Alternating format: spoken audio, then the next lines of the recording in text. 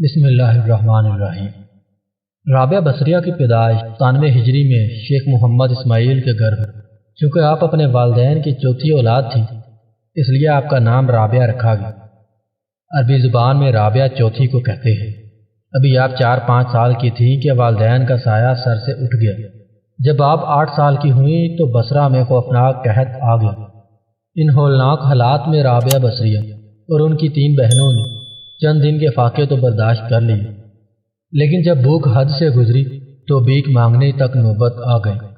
مگر کوئی کیسے بھیک دیتا کہ دینے والے کے پاس خود بھی کچھ نہیں تھا۔ ایک مرتبہ بصرہ کا مشہور تاجر عتیق ادھر سے گزرا تو اس نے چاروں بہنوں کے زرد چہروں اور پتھرائی ہوئی آنکھوں کو دیکھ کر پوچھا، آپ کیا چاہتی ہیں؟ ایک بہن نے کہا، ہمیں کچھ کھانے کو مل جائے تاکہ ہمارے سانسوں کا رشتہ جسموں سے منقطع نہ ہو۔ عتیق کی نگاہ سب سے چھوٹی بہن پر پڑی جو خاموش بیٹھی ہوئی تھی۔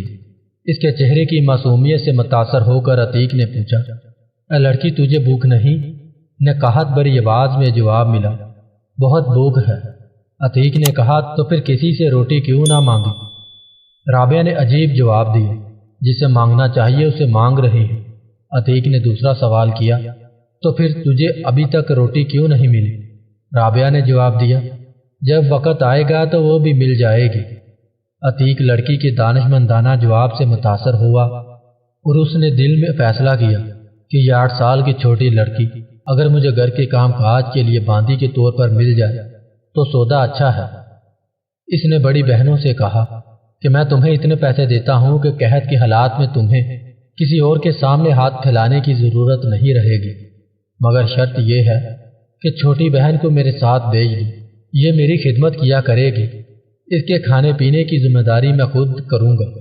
بہنوں نے ایک دوسرے سے آنکھوں ہی آنکھوں میں سوال کیا کہ ایسا ہو جائے تو سب کی عزت و آبرو اور جان محفوظ ہو جائے گی۔ بے سہارا نوجوان لڑکیوں کو غیر مردوں کے سامنے ہاتھ پھیلانے کی ذلت نہیں اٹھانی پڑے گی۔ رابعہ بھی قربانی دینے کے لیے تیار ہو گئی۔ عتیق نے دینار سے بھری ایک تھیلی بڑی بہن کے حوالے کی اور رابعہ کو ساتھ لے کر اپنے گھر آ گیا۔ معصوم بچی اپنے کارواؤں سے بچھڑ کر ایک صاحب ثروت انسان کی کنیز بن گئی۔ رابعہ نو عمر ہونے کے باوجود انتہائی مشقت اور ذمہ داری کے ساتھ اپنا کام پورا کرتی اور مالک کو کسی قسم کی شکایت کا موقع نہ دیتی۔ جب اس کی عمر 12-13 سال کے قریب ہوئی تو اس کے دل میں ذوق عبادت کو بڑھ گیا۔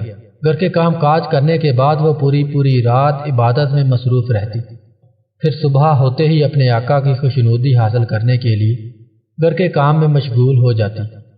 ایک دن میں نے اس کے چہرے پر تھکن کے آثار دیکھے تو پوچھا، رابعہ کیا تو بیمار ہے؟ جواب ملا نہیں۔ کچھ دیر بعد رابعہ نے مالک سے پوچھا، کیا میں اپنے فرائض کی ادائیگی میں کمی کوتاہی کی مرتکب ہو رہی ہوں؟ مالک نے کہا، نہیں، تم بہت لگن سے کام کرتی ہو، بس اپنی صحت کا خیال رکھو۔ رابعہ نے آقا کا حکم سنا تو سر جھکا دیا، مگر اس کے معمولات میں کوئی کمی نہیں آئی۔ وہ اجالے میں دنیاوی مالک کی خدمت انجام دیتی اور اندھیرے میں اپنے مالک حقیقی کے سامنے سجدہ ریز ہو جاتی۔ ایک مرتبہ نصف شب کے قریب عتیق کی آنکھ کھولی۔ وہ کسی ضرورت کے لیے کمرے سے باہر نکلا تو اس کی نگاہ کنیزہ کی کوٹری پر پڑی جہاں چراغ جل رہا تھا۔ عتیق حیران ہو کر سوچنے لگا، رابعہ ابھی تک جاگ رہی ہے۔ پھر وہ دبے پاؤں چلتا ہوا وہ کوٹری کے دروازے تک پہنچا تو اس نے رابعہ کو مسلے پر سجدہ ریز دیکھا۔ سجدے کی حالت میں رابعہ کو دبی سسکیاں ابھر رہی تھی اور وہ نہایت رقت آمیز لہجے میں دعا مانگ رہی تھی، اے اللہ، تو میری مجبوریوں سے واقف ہے۔ گھر کے کام کاج کی مشغولیت مجھے تیری طرف آنے سے روک دی ہے۔ تیرا منادی مجھے تیری عبادت کے لیے پکارتا ہے، مگر میں جب تیری بارگاہ میں حاضر ہوتی ہوں نمازوں کا وقت گزر چکا ہوتا ہے۔ اے اللہ، میری معذرت قبول فرما لے اور میرے گناہوں کو معاف فرما دے۔ مالک نے رابعہ کی گریہ زاری سنی تو خوف خدا سے کانپنے لگا، الٹے قدموں واپس چلا گیا اور رات کو باقی حصہ جا کر گزار دیا۔ پھر صبح ہوتے ہی رابعہ کی کوٹری میں پہنچا اور کہنے لگا، رابعہ، آج تم سے آزاد ہو، جہاں چاہو چلی جا۔ رابعہ حیران رہ گئی اور اس کے منہ سے بے ساختہ یہ الفاظ نکلے، میں آپ کی دی ہوئی قیمت ادا نہیں کر سکتی، مالک نے کہا میں تم سے کوئی قیمت نہیں مانگتا، بس ایک چیز کا سوال کرتا ہوں کہ میری طرف سے کی جانے والی تمام زیادتیوں کو اس ذات کے صدقے میں معاف کر دو جس کی عبادت تم راتوں کی تنہائی میں چھپ چھپ کر کرتی ہو۔ رابعہ نے جواب میں کہا میں نے آپ کو معاف کر دی، میرا مالک حقیقی بھی آپ کو معاف فرمائے۔ یہ کہہ کر رابعہ وہاں سے چلی گئی۔ رابعہ نے بچپن سے جوانی تک رنج و عالم اور آفات و مصائب کے سوا کچھ نہیں دیکھا تھا۔ 4 سال کی عمر میں نہایت پرہیزگار اور محبت کرنے والے والدین کا سایہ سر سے اٹھ گیا۔ 8 سال کی عمر میں شفیق بہنوں سے اس طرح جدا ہوئی کہ زندگی بھر ان سے دوبارہ ملاقات نہ ہو سکی۔ حالات کے بے رحم ہاتھوں نے اسے غلامی کی زنجیریں پہنا دی۔ باپ سے ضدیں اور فرمائشیں کرنے کے دن، بہنوں کے ساتھ کھیلنے اور شرارتیں کرنے کے دن، ماں کے آغوش میں محبت میں سونے کی راتیں، باپ کے دست شفقت کی بہاریں، یہی سب کچھ تو ایک بچے کا سرمایہ ہوتا ہے، مگر وقت نے رابعہ سے اس کی ہر خوشی اور ہر خواب چھین لی۔ گرمی کے تپتے دنوں میں وہ اپنے مالک کے لیے دریا سے پانی بھر کر لاتی تو پسینے میں شرابور ہوتی۔ کبھی سردیوں کے طویل یخ بختہ راتوں میں وہ اپنے مالک کے سامنے دست بدستہ کھڑی رہتی۔ اولیاء کرام جو ریاضتیں جوانی کے عالم میں اپنی خوشی اور رغب سے کرتے ہیں، وہی ریاضتیں رابعہ نے اپنے لڑکپن میں جبر و ستم کی زنجیروں میں جکڑے ہونے کے باوجود کی۔ محنت و مشقت کی یہ چکی تو وہ اس دنیا میں چاہے نہ چاہے ہر ایک کو پیسنی ہی پڑتی ہے۔ نبی علیہ السلام کی مبارک زندگی پر نظر ڈالیے، چاروں طرف سے سنگین حالات کے تھپیڑے لگتے نظر آئیں گے۔ اللہ کا بید اللہ ہی جانے، جو جتنا اس سے قریب وہ اتنا ہی مشکلات سے دوچار۔ جن کو شاہ کونین بتایا گیا، ظاہر میں ان کو یتیمی کا غم اٹھانا پڑا۔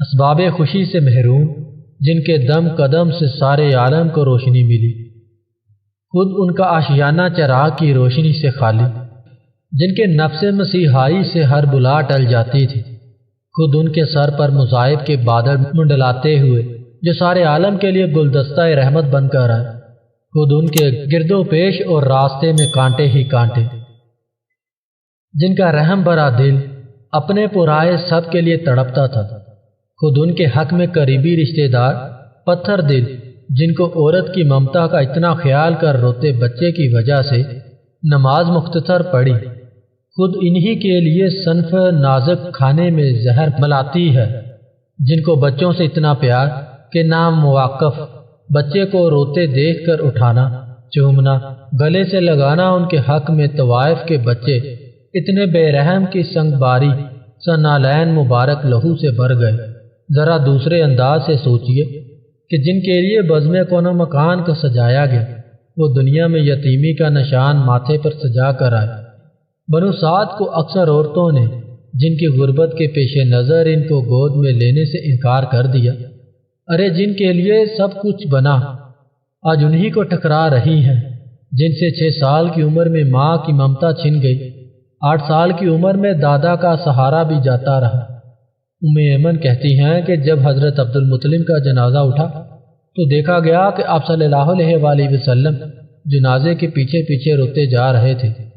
چھوٹی سی عمر میں داغ پہ داغ سہنے پڑے، بھروسے کے تمام بندھن ٹوٹتے چلے گئے، ذرا بڑے ہوئے تو چند درہم کے بدلے اہل مکہ کی بکریاں چرانے لگے۔ اللہ کے بید اللہ ہی جانے، جن کے پیچھے ساری دنیا کو بھاگنا چاہیے، آج وہ بکریوں کے پیچھے بھاگ رہے ہیں۔ جب نبوت کا دعویٰ کیا تو انہیں شیب ابی طالب کے سوا کہیں جائے پناہ نہیں ملتی، جن کو ساری انسانیت کے لیے پناہ گاہ بنا کر بھیجا گیا۔ مکہ مکرمہ کے اپنوں نے جو سلوک کیا وہ ہر ایک کو معلوم ہے، مگر طائف کے لوگوں نے کون سی کسر باقی چھوڑی؟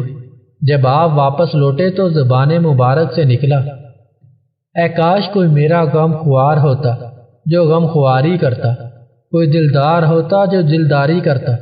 جب آنکھوں میں مبارک آنسو لے کر سوئے تو جبرائیل علیہ السلام نے آ کر قدموں کو بوسہ دیا اور معراج پر جانے کی نوید سنائی۔ ایسے لگتا ہے کہ رب کعبہ جن کو بلندیاں دینا چاہتے ہیں، پہلے انہی کو ریاضت و مجاہد کی چکی پیسنے پر لگاتے ہیں۔ نتیجہ یہ نکلا کہ مشاہدے کے لیے مجاہدہ شرط ہے۔ رابعہ بصریہ کی زندگی میں یہی اصول کارفرما نظر آتا ہے۔ کثرت رنج و عالم اور خزائیں ملال نے رابعہ کے دل کو دنیا کی رنگینیوں اور دل فریبیوں سے بے گانہ کر کے خالق ارض و سماع کے ساتھ نتھی کر دیا۔ جب سارے رشتے ناپائیدار نظر آئے تو دل نے خالق کائنات سے پائیدار رشتہ جوڑ لیا۔ چنانچہ رابعہ نے سرباجود ہو کر کہا، اے مالک حقیقی، بس تو ہی ہے اور تیرے سوا کوئی نہیں ہے۔ محقق عبدالرزاق پاشا کہتے ہیں، رابعہ بصریہ کی زندگی میں حزن و عالم کے جو گہرے نقوش پائے جاتے ہیں، اگر انہیں غور سے دیکھا جائے تو یہ حقیقت منکشف ہوگی کہ یہ تمام تراشی محبت کا نتیجہ ہے۔ یہ اسی محبت کا نتیجہ تھا کہ رابعہ بصریہ ہر وقت مغموم و ملول رہا کرتی تھی۔ ان کی آنکھیں اکثر و بیشتر کسی آبشار کی طرح بہتی رہتی۔ روایات ہے کہ رابعہ بصریہ کی سجدہ گاہ ہمیشہ آنسوؤں سے تر رہتی تھی۔ ایک مرتبہ کسی نے بنا ہوا مرغ آپ کے خدمت میں پیش کیا، آپ پر گریہ طاری ہو گیا۔